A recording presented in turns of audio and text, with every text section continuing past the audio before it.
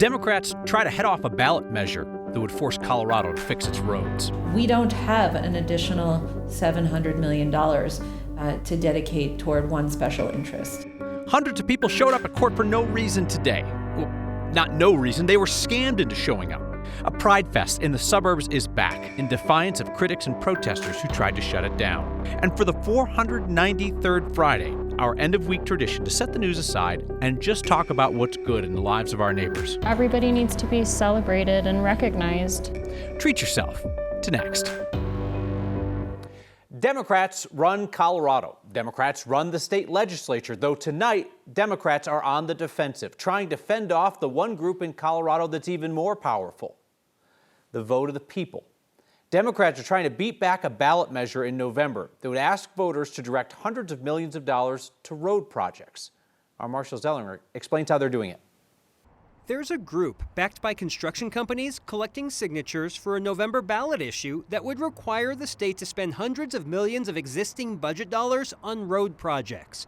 In an effort to stop Initiative 175 from making the ballot, Democrats at the state legislature have introduced a bill to reduce how much money the state collects for road projects. What is being presented to voters is, in my opinion, disingenuous. Democratic state representatives Emily Sirota and Andy Basenecker are trying to take 175 out at the knees. Initiative 175, as it's drafted today, would divert $700 million from our general fund to fund solely their new definition of what road construction should be in the state of Colorado. Their bill would only take effect if Initiative 175 is on the ballot and gets passed by voters. Their bill would reduce registration fees, electric vehicle fees, and even late registration fees.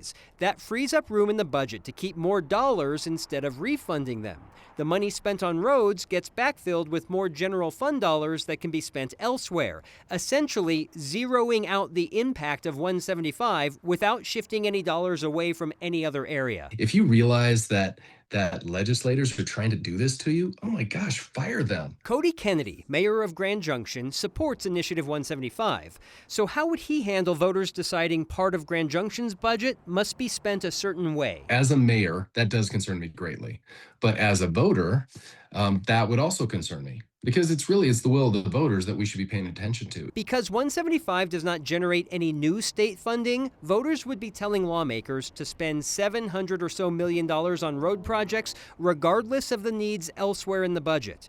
Democrats at the legislature say that's the wrong way to budget. That assumes that there's $700 million sitting out there that is somehow not needed for other services. Yeah, you can kind of call this blackmail. If the people behind 175 make it go away, this bill goes away. The ballot issue basically says all fees and taxes for vehicle or fuel purposes are going to be for roads. Some of that money right now goes to transit, bike paths, EV charging stations. This ballot issue would essentially say all that money goes to road projects instead. I'm going to try to frame this in a way that everybody will hate what I say equally. Okay. It seems like Democrats are afraid of popular ideas, like the idea of fixing the roads, but they're pointing out that sometimes when you ask people, they make stupid choices like wolves. Did I get everybody there? I think I got everybody. You've equally upset the state. Basically, yeah, things can be popular. People may like popular ideas, but then you got to go to your parents and be like, hey, I really like this thing that I saw at the store. Can I have it? And they're like, oh, I'd love to get it for you. We can't afford it. And here, I'll show you why we can't afford it. Love to give it to you. Can't pay for it. It's a weird game, though, and not the first time they've played this game where it's like, well, if the people are going to reach into this bucket for the money, let's first do something with what's in the bucket. It's not, yeah, we heard it with property taxes quite a few years ago where the math was going to change for lowering your property taxes, and the state was like, well, if you do that, that's going to mean less money for the state, so we're going to change how property taxes work, so if this passes, it becomes non-existent. And so, yeah, this preemptive, oh, if that passes at the ballot months from now, if we do this, it's going to make that nothing. It's happened before, and that seems like a very interesting tactic. I say we should just do direct democracy. People make all the decisions every morning. You get a survey in your email, you click the boxes, and that's how the state runs. No need for a legislature. Just the people every morning checking boxes. In November. You can do that in November. I'll put it up. Marshall, thank you. So last time Uber and Lyft faced the prospect of tougher safety regulations, they threatened to leave Colorado. Democratic Governor Jared Polis vetoed Democrats' bill to further regulate those timeshare companies, so they stayed. Well, it turns out the Dems aren't done. They're going to try it again and dare Polis to block it here in his last year in office. The bill would require background checks for rideshare drivers every 6 months and prohibit companies from hiring drivers with prior convictions on crimes like assault, stalking, or domestic violence. The bill scaled back from last year's version, no longer includes a ban on drivers offering food or drinks to passengers, now only requiring that all food products be factory sealed. And the updated bill no longer creates a legal pathway for riders to sue the companies if they're harassed or assaulted by a driver. The proposal comes from Representative Jenny Wilford, Democrat from North Glen, who says she was sexually assaulted by someone impersonating a Lyft driver. Wilford says she is confident that the changes they've made to the bill will get the governor on board. The bill that is in front of the legislature this session is the product of, well over a year's worth of stakeholder conversations and negotiations with everybody involved, trying to find the right balance between, ensuring there is a greater level of safety, ensuring that the horrible things that people hear about on the news aren't happening, and ensuring that businesses are able to operate well within Colorado. The updated bill also expands the timeline for companies to make the required changes. Spokesperson for Uber told legislators today they're supportive of some of the requirements. They think that some of the other rules, like having optional audio and video recordings of each ride, are not reasonable. Hundreds of people showed up in court in downtown Denver this morning to dispute unpaid tickets. Problem is, they'd been brought there by a scam. I thought, this really seems like a scam, but I thought, if I'm due for court, I cannot risk not showing up. Yeah, you don't want to do crimes, right? So the scam alerts went out yesterday. Text messages that mimicked a court order for outstanding traffic violations told people either scan a QR code to pay or show up in court the following morning. Now, there were some red flags. Notices didn't include any identifying information. They came from the District Court of Colorado for Denver County. That's not a thing. The text led hundreds of people to call the federal court offices yesterday, and another 200 or so showed up in person this morning. The scammers were targeting anybody with a Colorado-based area code. A trade group for state courts says this has happened in at least 8 other states. If you scan the QR code and you made a payment, contact your credit card company immediately. After taking a break for a year, the Douglas County PrideFest is back. That event has seen pushback from conservatives there in the suburbs, even a swarm of protesters. The folks in charge of Dougco Pride told our Jaleesa Arizari that is exactly why they're coming back. For a couple of years, Douglas County's PrideFest made headlines. For Brooke Bernstein, yes, it was for all the wrong reasons. At the 2022 PrideFest, during a drag show, a performer's costume slipped, revealing nipples on a plastic chest plate. A commissioner tried to get the event banned from the county property, but organizers said they wouldn't be run out of town. Then there was 2023. Just before the event, deputies found a wall and a few cars vandalized with a few choice words. Hours later, about 70 men interrupted the event's family-friendly drag show. The men wore shirts that read, "Stand to protect children," and blocked the view of the performers for roughly 40 minutes until they were escorted out. There were kids who were crying. There were adults who are still dealing with PTSD relating to that incident. It was very uncomfortable. And it wasn't until later, the next day, when I was talking to my neighbor about it, and he basically said, well, just don't get yourself shot. Those words didn't stop Bernstein, who's now the president of the Dougco PrideFest, or the organizers before her. The following year, 2024, they moved the event to Parker and upped security. They said there were a couple of disruptions, but nothing to the scale of the previous year. But in 2025, there was no PrideFest. We've basically turned over the board. And we've been working on continuing our regular activities. We really didn't have the capacity to have a PrideFest last year. Bernstein says this year that will change.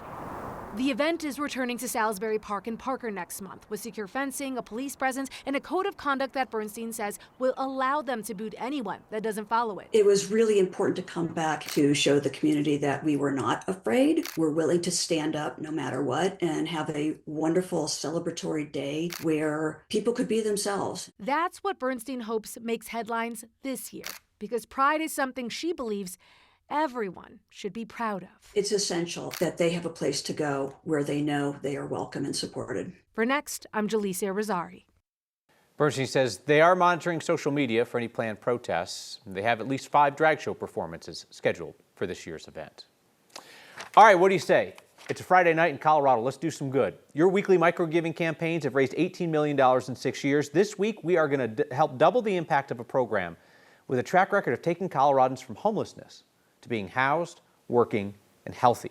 That is the name and the mission of that nonprofit in Denver. Housed, Working, and Healthy has 10 times as much demand to get into its program than it has slots available. They help people transform their lives through stable housing, culinary workforce training, and assistance getting sober and mentally well. The nonprofit's moving into a new facility in the Swansea neighborhood. There are 1,000 shelter beds within a 4-mile radius, so lots of people, if they're looking for a path to stability and success in their lives, can go to Housed, Working, and Healthy to get there. Their program stacks up benefits for both the participants and the community. Because think about this, right? You get people into steady work, so they have dignity and purpose and structure and connection. Then their wages lead to more spending in the community. That's good for everybody. They need less in social services benefits. We can help supercharge that ripple effect that changes lives and benefits Colorado. Scan the QR code on your screen. Text the word THANKS to 303-871-1491. We'll send you that link to donate. You've proven that even $5 helps because that's how you've raised millions. 7,500 of you have also signed up to make a monthly pledge to the Word of Thanks Fund. Put in your info one time, pick a donation amount, we automatically split it, we empty the pot every month among our nonprofits, and we expect that in this 5-week month, it'll add almost $40,000 for each cause. A surprising number of Denverites are hurting themselves, or others, while riding on electric scooters. So the city's making changes. Good news. What good news? My daughter got married last week. That was good news for us. Yeah. It would be weird if it wasn't. We never end the week without our favorite Friday question. Slow your roll. Your good news is next. There's a trusty new steed in town for all of Denver's urban cowboys. Today, black and teal Veo scooters are hitting the streets, not the sidewalks. Please, not the sidewalks. You're going to kill somebody on the sidewalk. You got to stop riding there. Scooters have exploded as a micro-mobility option in Denver and other cities. Here, riders have taken millions of trips on those Bird and Lime scooters over the past few years. But we have also seen and reported on thousands of injuries. Denver Health treated nearly 2,000 scooter-related injuries in 2024 alone. So city leaders decided they wanted to swap out the existing scooter operators for a new company that would come in with some safety changes. You'll see these new Veo scooters come in a couple of models, including a seated option for additional safety. They also include some tech features to encourage riders to stay off of the sidewalks and to return the scooters to the designated parking corrals rather than just littering them on random street corners. We have technology on these that will now make it possible for you to be notified and stopped if ever you're on a sidewalk so they know you cannot ride in that location. These now have technology that require them to be in downtown, dropped in certain corrals and locations where they're parked safely so you know where you can pick them up, where you'll drop them off. You can get there quickly, affordably. It leaves the city safer to navigate and less cluttered. Because right now the worry is that you're stepping over a pile of abandoned scooters when you get hit on the sidewalk by another scooter. So 2 birds, or 2 lifts as they would say, with 1 stone. The mayor says the Veo scooters are cheaper than the other competitors. They'll still have a program for low-income riders. You'll see the old providers, they'll kick around for a couple weeks before they get phased out for the new scooters. Elbert County's fighting a company with a ton of power. The county wants the Public Utilities Commission to reconsider a plan to allow Xcel to build a massive power line system through the county. Elbert County submitted an appeal to state regulators which approved Xcel's Power Pathway project. It's a statewide energy project that would help get power from Pueblo to Denver.